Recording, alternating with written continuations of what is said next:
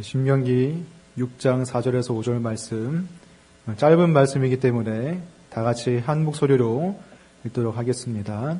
시작.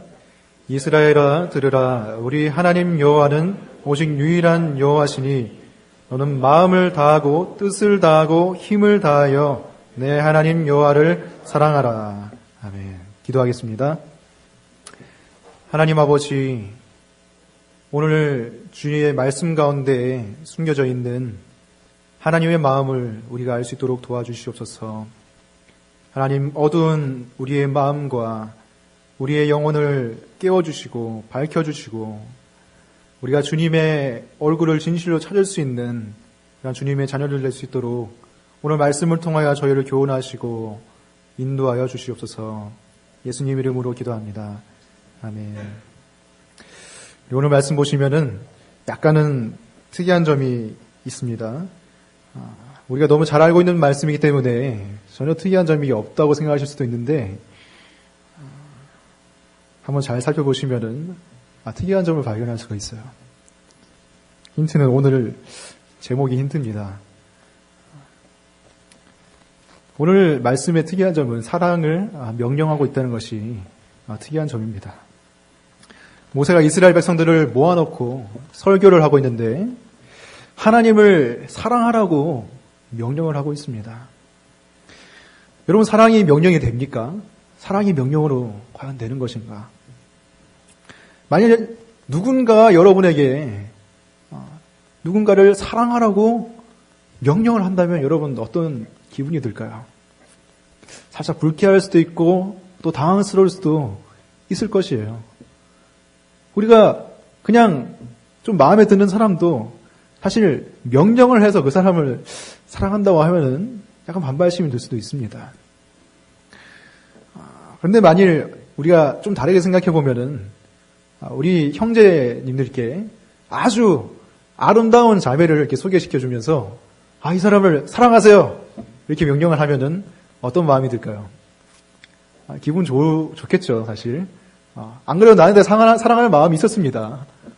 근데 명령까지 해주시니까 너무 감사합니다. 이렇게 말할 수도 있을 거예요. 근데 만약에 그 사람의 외모는 괜찮지만 성격적인 심각한 결함이 있다면은 우리가 그 사람을 계속 사랑할 수 있을까요? 사랑하지 못하겠죠. 잠시 좋아할 수 있어도 진심으로 사랑하는 것은 불가능할 것입니다. 그렇다면 자매님들의 경우에서 만약에 어떤 남자가 굉장히 외모도 준수하고 키도 크고 거기다 성품도 너무너무 좋고 너그럽고 그런데 능력이 없다. 나를 먹여 살릴 능력이 없다. 그러면 그 사람을 사랑하라고 했을 때 사랑할 수 있을까요? 그것도 좀 힘들겠죠. 물론 너무 외모를 중요시 하시는 분들은 나 굶어 죽더라도 이 남자랑 살겠다 그렇게 할 수도 있지만은 근데 계속 살 수 없을 거예요. 아마. 사랑하기 힘들 거예요. 냉정하게 생각하고 현실을 생각하면 사랑하기가 힘듭니다. 근데 우리가 한번 이렇게 생각해 봅시다. 만약에 하나님께서 여러분에게 나타나셔서 나를 사랑하라고 명령한다면 여러분 어떨까요? 여러분, 하나님이 어떤 분이십니까? 우리가 하나님을 눈으로 볼 수 없지만 하나님의 아름다움과 영광을 우리가 충분히 볼 수가 있습니다. 여러분, 정말 들에 핀 하나의 들꽃만 봐도 그 안에 하나님의 영광과 아름다움이 숨겨 있는 것을 우리가 볼 수 있어요. 그건 도저히 사람의 솜씨나 능력으로 흉내가 낼 수 없는 그런 아름다움이에요. 여러분도 시골에 사신 분들은 알 수도 있고 아니면 군대 갔다 오신 분들은 다 알 수도 있는데 군대가 시골에 있으니까 밤에 하늘을 보면요. 그 시골에 특히 시골 까만 하늘에 별이 총총히 수가 놓여져 있습니다. 보석처럼 너무 아름답게 빛나고 있어요. 그걸 보면은 정말 넋이 나갑니다. 여러분 다른 자연 풍경들도 멋있고 웅장하고 아름다운 풍경들을 보게 되면 우리의 넋이 나가고 너무나 아름답습니다.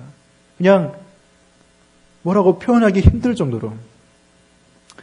여러분, 그만큼 하나님께서 아름다움을 가지고 계실 뿐만 아니라 어떻습니까? 하나님의 성품이 어떻습니까? 하나님의 성품은 완벽하게 사랑이 많으시고 긍휼이 있으시고 자비로우시고 인내하시고 노하기를 더디하시고 은혜를 베푸시는 성품 아닌가요? 여러분, 그 성품을 가지고 있는 사람을 만나면 자연스럽게 사랑에 빠질 수밖에 없을 것이에요. 하나님의 능력은 어떻습니까? 이 세상에 어떤 누구보다도 위대하고 강력한 그런 능력을 가지고 계신 분이 하나님 아니십니까? 말씀으로 이 세상을 창조하시고 붙드신 하나님의 능력, 그리고 원하시기만 하면 우리에게 필요한 모든 것을 공급해 주실 수 있는 그 하나님의 능력이 아닙니까? 만약 그 하나님께서 여러분들에게 사랑을 명하신다면 사실 우리는 마땅히 그분을 사랑할 수밖에 없어야만 합니다. 마땅히 그분을 사랑하는 것이 아주 자연스러운 일입니다. 그런 사람이 여러분 앞에 나타난다면 사랑할 수밖에 없을 거예요. 그리고 그 사람을 차지하기 위해서 난리가 나겠죠. 자연스러운 것입니다. 그 하나님께 우리가 사랑을 드리는 것은 너무나 자연스러운 일이라는 것이죠. 그러나 불행하게도 인간이 가지고 있는 가장 큰 문제가 무엇이냐면 마땅히 우리가 사랑을 드려야 하고 우리가 마땅히 영광을 올려드려야 하고 마땅히 우리가 감사를 올려드려야 할 그분께 우리가 그렇게 하지 못한다는 것이 가장 큰 문제라는 것입니다. 인간이 가지고 있는 그 죄가 그 사랑의 감정을 마비시켜버린 것입니다. 우리의 영적인 그 사랑을 느낄 수 있는 영적인 감각기관들이 마비되어 버렸다는 것이에요. 죄 때문에. 하나님을 사랑한 것이야말로 너무나도 이 세상에서 가장 자연스럽고 마땅하고 그래야만 그렇게 할 수밖에 없는 일인데도 불구하고 모든 아름다움의 원천이 하나님께 속해 있는데도 불구하고 우리는 그 아름다움에 제대로 반응하지 못한다는 것이에요. 그렇기 때문에 인간의 그 완고함과 고집 때문에 하나님께서는 명령하신 것입니다. 사랑하라. 나를 사랑하라. 여러분, 학생이 알아서 공부 잘하면은 부모님이 잔소리 따로 안 해도 되죠. 명령 안 해도 됩니다. 알아서 잘하니까. 하나님께서 우리에게 이 사랑을 명령하시는 이유는 우리가 그렇게 하지 않기 때문입니다.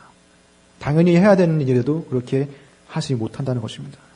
이스라엘 백성들이 하나님을 알아서 사랑하지 않기 때문에 모세가 명령하는 것이에요. 너의 마음을 다하고 뜻을 다하고 힘을 다하여 하나님을 사랑하라고 명령하는 것입니다. 여러분, 우리가 알아야 할 중요한 사실 가운데 하나가 하나님께서는 어떤 종교적인 관계를 우리 사이에 만드신 적이 없다는 거예요. 종교를 만드신 적이 없어요, 하나님은. 무슨 말입니까? 하나님께서는 단지 하나님과 사랑 사이에 그 사랑의 관계만 만드셨을 뿐이지 종교를 만드신 적이 없다는 거예요. 하나님께서는 종교를 만든 적이 없는데 인간이 종교를 만들었다는 것이죠. 종교가 무엇입니까? 신을 사랑하지 않는데 신을 섬기는 것이 종교입니다. 왜? 다른 것을 사랑해서 신을 이용해서 그것을 얻으려고 하는 것이, 그래서 신을 섬기는 것이 인간이 만들어낸 인위적인 종교의 모습이라는 것이죠.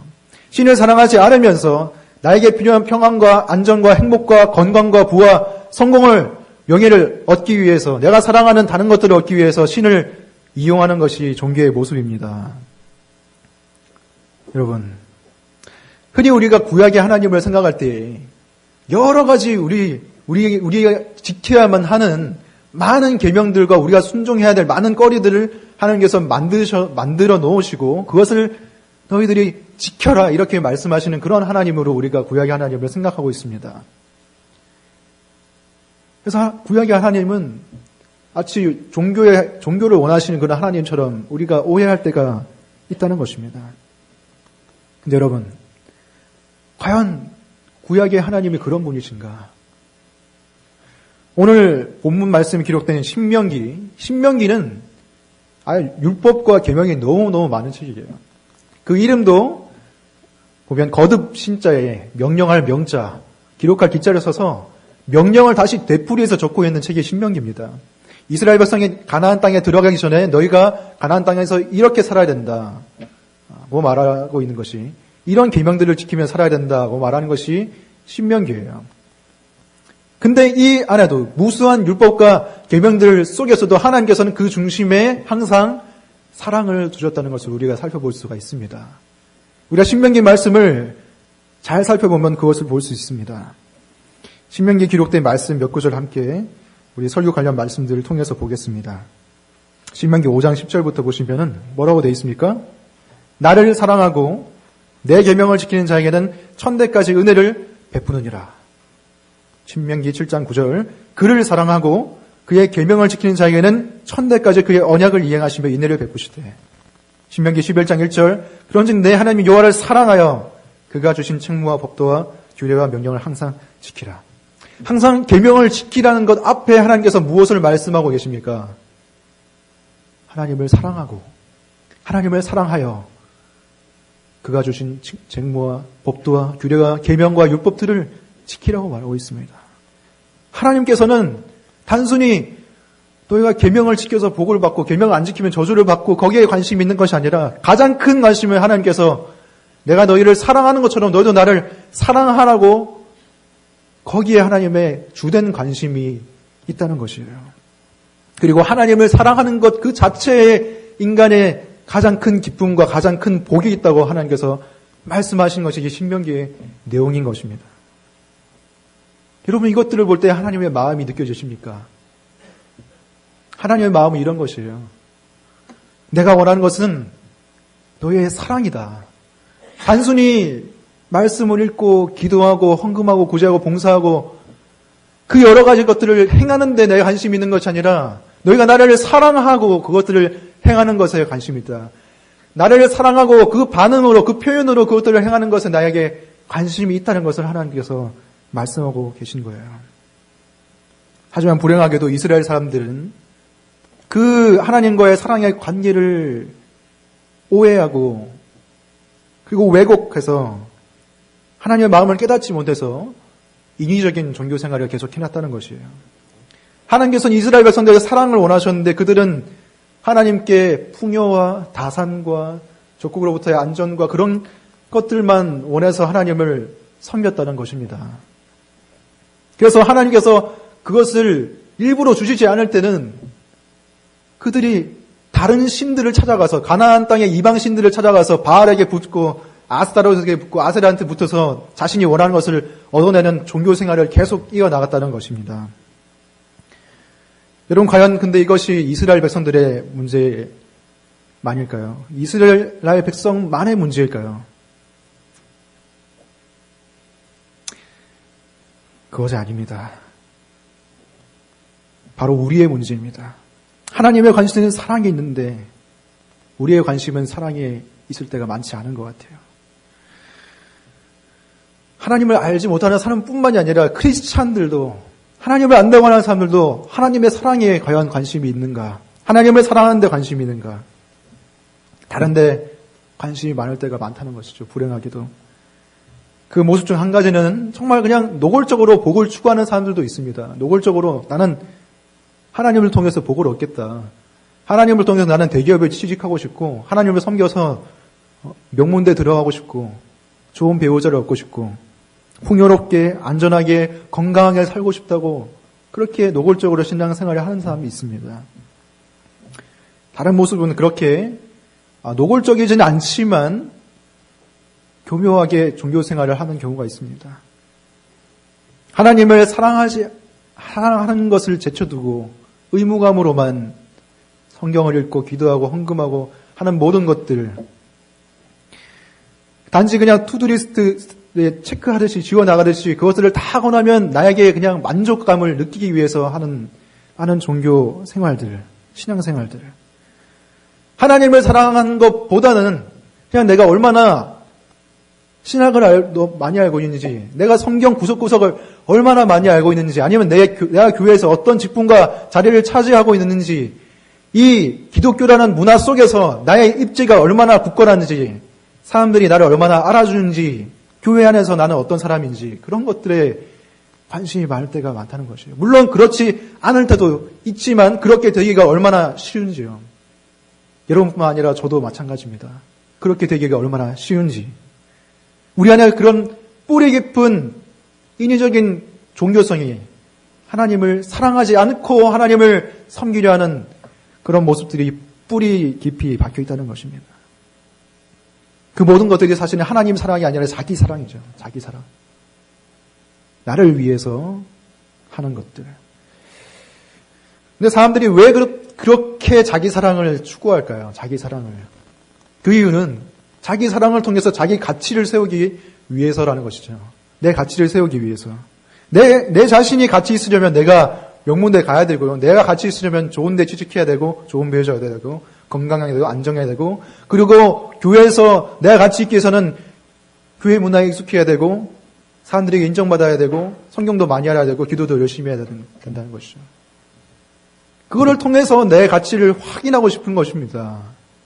근데 그런 일들이 다 왜 일어납니까?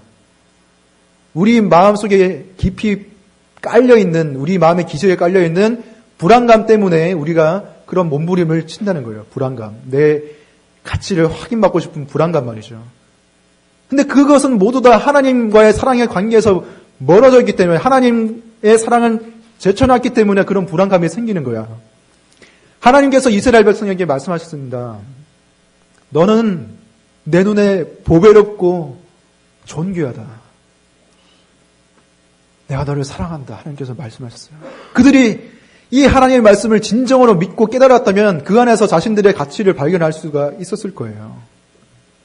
하나님께서 분명히 말씀하셨습니다. 내가 너희를 사랑하는 이유는 너희가 큰 나라나 큰 민족이어서 그런 게 아니다. 너희들의 그런 규모나 사이즈로 그런 가치 때문에 내가 너를 사랑하는 것이 아니다. 그냥 너를 사랑한다. 보배롭고 존귀하게 여긴다. 그것을 진정으로 이스라엘 사람들이 믿었다면 스스로 가치를 세우기 위한 자기 사랑의 그런 종교 생활을 하지 않았을 거예요. 우리도 마찬가지입니다. 우리가 하나님과의 관계에서 진정 그 사랑을 확신하고 깨닫고 누린다면 우리 스스로 내 가치를 증명하고자 하는 그런 몸부림은 멈출 수 있다는 것이죠. 그렇기 때문에 우리에게 필요한 것은 더 열심히 종교생활을 하는 것이 아니라 더 열심히 세상적인 목을 추구해서 내 자신을 치장하고 가꾸어서 가치롭게 보이도록 하는 것이 아니라 하나님을, 나를 정말 가치 있게 여기시는 하나님의 그 사랑 속에서 내 가치를 확인하는 것이 진정 필요한 일인 거예요. 하나님과의 사랑의 관계를 회복하는 것이 가장 제일 필요한 일이라는 것입니다. 그렇기 때문에 모세가 명령하는 것이에요. 너는 너의 마음을 다하고 뜻을 다하고 힘을 다하여 내 하나님 여호와를 사랑하라고. 사랑이 제일 필요한 거니까요. 그리고 그 하나님을 사랑하고 계명을 지키라고 말하고 있습니다. 하지만 문제는 우리의 마음이 너무나 완고하다는 것이죠. 그동안 하나님을 사랑하지 않으면서 하나님을 섬기고 종교생활을 하고 우상숭배했던 것이 너무나 뿌리 깊기 때문에 그것을 하면 할수록 우리 마음속에는 굳은 살이 배기고 딱딱해지고 하나님의 사랑에 대해서 제대로 반응할 수 없는 그런 상태가 되어버린 것이죠. 하나님께서는 충분히 우리한테 사랑을 사실 표현을 하셨어요. 우리에게 호흡이 붙어있는 것조차도 하나님께서 우리를 사랑하신다는 증거입니다. 우리에게 하나님께서 이른 비와 늦은 비를 주시는 것도 하나님께서 우리를 사랑하신다는 표현이고 때에 맞는 날씨를 주시는 것도 하나님 우리를 사랑하시는 표현이고 우리를 굶지 않게 하시는 것도 하나님의 사랑의 표현이에요. 그런데 그것을 우리가 느끼지 못하고 마음이 딱딱해지고 하나님의 사랑을 의심하고 그 속에서 내 가치를 확인하려고 하기보다 내 스스로 내 의로 내 만족으로 종교생활을 하고 있다는 것이죠. 그게 문제라는 것입니다. 마치 그냥 몸이 너무 딱딱하게 굳어져 버린 그 중풍병자처럼 우리의 마음이 하나님의 사랑을 향해 일어나지 못하는 것이죠. 반응하기 힘들어진 것이죠. 그런 우리의 마음을 향해서 단지 사랑하라, 사랑하라 명령만 하는 것은 어떻게 보면 좀 힘든 일일 수 있습니다. 무리한 것을 요구하는 걸 수도 있어요. 하지만 하나님께서는 단지 우리에게 명령만 하시는 분이 아니라 그 명령을 지킬 수 있는 힘까지 주시는 분이 하나님이란 것입니다. 바울이 뭐라고 했습니까? 내가 복음을 부끄러워하지 아니하노니 이 복음은 모든 믿는 자들에게 구원을 주시는 하나님의 능력이 된다고 했습니다. 우리가 하나님의 일반 은혜 속에서 하나님의 사랑을 당연히 알아야 되는데도 그렇게 하지 못하니까 하나님께서 정말 우리가 이해할 수 없을 정도로의 큰 사랑을 우리에게 보여주셨다는 것이죠. 그게 우리의 마음을 부수고 녹이고 부드럽게 하는, 그래서 다시 하나님께 사랑을 회복시키게 하는 힘이 된다는 것입니다. 여러분, 구원이 무엇입니까? 하나님과의 사랑의 관계 안에 들어가는 것이 구원입니다. 구원을 누리는 것이 뭡니까? 하나님의 우리를 향한 사랑을 누리는 것이 구원이에요. 그리고 그것을 가능하게 하는 것이, 그 능력이 복음 안에 있다는 것입니다. 복음이 무엇입니까? 하나님을 찾지도 않고 추구하지도 않고 사랑하지 않는 죄인들을 위해서 하나님께서 모든 것을 주신 사건이 복음입니다. 우리를 사랑하시기 때문에 하나님께서 자신의 아들을 보내셔서 우리 대신에 십자가에 못 박혀 죽게 하신 것이 하나님의 그 복음입니다. 여러분, 저도 가끔씩 제 자신을 생각할 때 너무나 어리석게 보일 때가 있습니다. 너무나 연약하고 너무나 악하게 보일 때가 있습니다. 나의 하나님을 사랑하지 않는 이 마음 때문에, 나의 지독하게 깊은 이 종교성의 뿌리 때문에 너무나 내 자신이 말씀에 나온 것처럼 상한 갈대 같고 꺼져가는 심지같이 보일 때가 많습니다. 내가 무엇에 소용이 있을까? 여러분, 상한 갈대가 소용이 있습니까? 어디 쓸 데가 있습니까? 꺼져가는 심지, 어둠을 밝힐 수가 없습니다. 쓸 데가 없습니다. 하나님의 입장에서는 그 모든 것들을 그냥 버리시면 돼요, 사실. 필요가 없구나. 우리 하나 멸망해도 하나님 입장에서는 아쉬울 것이 사실 하나도 없어요, 사실. 우리의 인생이 한 뼘 같고, 그리고 우리의 인생이 한 번 불면 사라지는 입김과 같다고 다윗이 말합니다. 그러한 인생을 하나님께서 뭐가 그렇게 귀하다고, 뭐가 그렇게 아낄 만한 것이 있다고 하나님께서 우리를 사랑하시는지, 우리를 돌보시는지, 게다가 우리를 버리시는 대신에 자신의 아들을 버리셔서 우리를 받아주시는지 우리는 도저히 깨달을 수가 없다는 것이죠. 너무나 놀라운 사랑이라는 것입니다. 그 사랑을 우리가 생각할 때 우리의 마음이 다시 뛰기 시작한다는 것이죠. 우리의 굳은 살이 제거되고 부드러운 마음으로 하나님께 다시 한번 우리도 하나님을 사랑하겠노라고 그렇게 반응할 수 있게 되는 것입니다. 하나님께서 우리를 마음과 뜻과 힘을 다해서, 전력을 다해서 우리를 사랑하셨듯이 그 사랑을 받은 우리도 그렇게 하게 된다는 것입니다. 그것이 하나님의 우리를 향한 사랑의 고백이었어요. 자신의 아들을 버리시기까지 우리를 사랑하시는, 아들을 버리셔서 우리 죄를 용서하시고 하나님을 사랑하지 않는 모든 그 극심한 자들을 용서하시고 우리를 아들로 받아주셔서 우리를 구원하시는, 그것이 하나님의 우리를 향한 사랑의 고백이라는 것이에요. 근데 여러분, 인간이 살면서 느낄 수 있는 많은 수치심과 모욕감 중에서 정말 가슴 아픈 일인데 그것이 무엇인지 아십니까? 어떤 사람이 정말 마음을 다해서, 진정을 다해서 정성스럽게 자신이 사랑하는 사람에게, 너무나 사랑하는 사람에게 고백을 했어요. 그런데 상대방이 그것을 너무나 아무것도 아닌 것처럼 거절할 때, 너무나 가볍게 생각할 때, 너무나 아무것도 아닌 것처럼 반응할 때, 그 사랑을 고백한 사람은 마음이 찢어집니다. 너무나 고통스럽습니다. 세상을 다 잃은 것 같은 기분일 거예요. 근데 여러분, 우리가 하나님께 그렇게 행동하고 있는 것은 아닌지, 우리가 그렇게 하나님께 그런 태도를 보이고 있는 것은 아닌지, 하나님께서는 마음을 다해서, 뜻을 다해서, 힘을 다해서 자신의 모든 것을 주신 그 복음을 우리에게 주셨는데, 그 구원을 우리에게 보이셨는데, 그 사랑을 우리에게 고백하셨는데, 우리는 너무나 가볍게 생각할 때가 많지 않습니까? 때로는 무시하지 않습니까? 여러분, 하나님을 사랑하라는 그 명령은 단순한 명령이 아닙니다. 반응입니다. 반응. 사랑에 대한 반응. 자연스러운 반응을 요구하시는 거예요.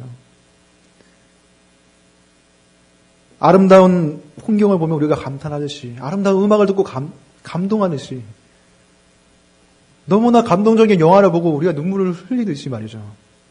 근데 그거보다 세상에 어떤 것보다 아름다운 하나님의 이야기를 듣고서도 우리가 감동하지 않는 것은 있을 수 없는 일이라는 것입니다. 여러분, 하나님께서는 그냥 그 사랑에 반응하시기를 원하세요. 그리고 그 반응으로써 하나님의 계명을 지키는 것을 원하십니다. 하나님의 사랑을 계명을 지키는 것으로 표현하라는 것이죠. 요한복음 14장 15절에서 예수님께서는 너희가 나를 사랑하면 나의 계명을 지키리라고 말씀하고 있습니다. 신명기의 말씀과 동일한 말씀이죠. 너희가 나를 사랑하고 나의 계명을 지키라. 사랑하고 계명을 지키는 것을 원하십니다. 근데 우리가 단순히 그냥 지킨다고만 생각하면요, 좀 부담스럽고 너무 의무감에 젖어 있는 그런 뉘앙스로 들릴 수도 있어요. 그런데 우리가 시편 119편 127절 보시면은 시편 기자는 이렇게 말하고 있습니다. 그러므로 내가 주의 계명들을 금 곧 순금보다 더 사랑한다고 말하고 있습니다. 사랑하나이다. 계명을 사랑한다고. 단순히 계명을 지키는 것이 아니라 계명을 사랑한다고 말하고 있습니다. 왜 그럴까요? 이 계명 속에, 하나님이 우리에게 주신 계명 속에는 하나님의 고귀한 성품과 하나님의 아름다운 성품이 그 안에 들어있기 때문이에요.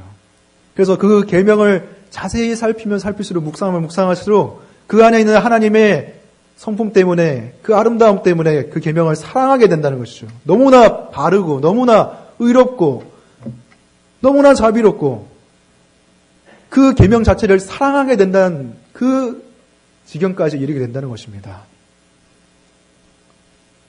여러분, 물론 언제나 우리가 사랑의 감성이 풍성해야만 우리가 신앙생활을 할 수 있다는 것은 아니에요. 언제나 그런 감정의 상태가 풍부하기는 힘들죠. 하지만 반대로 그 감정이 전혀 없는 상태가 지속되는 것은 그것도 자연스러운 일이 아닙니다. 그것도 정상적인 일이 아닙니다. 사실 심각한 것이죠. 점점 우리의 마음이 굳어지고 있는 것, 부드러워지지 않는 것.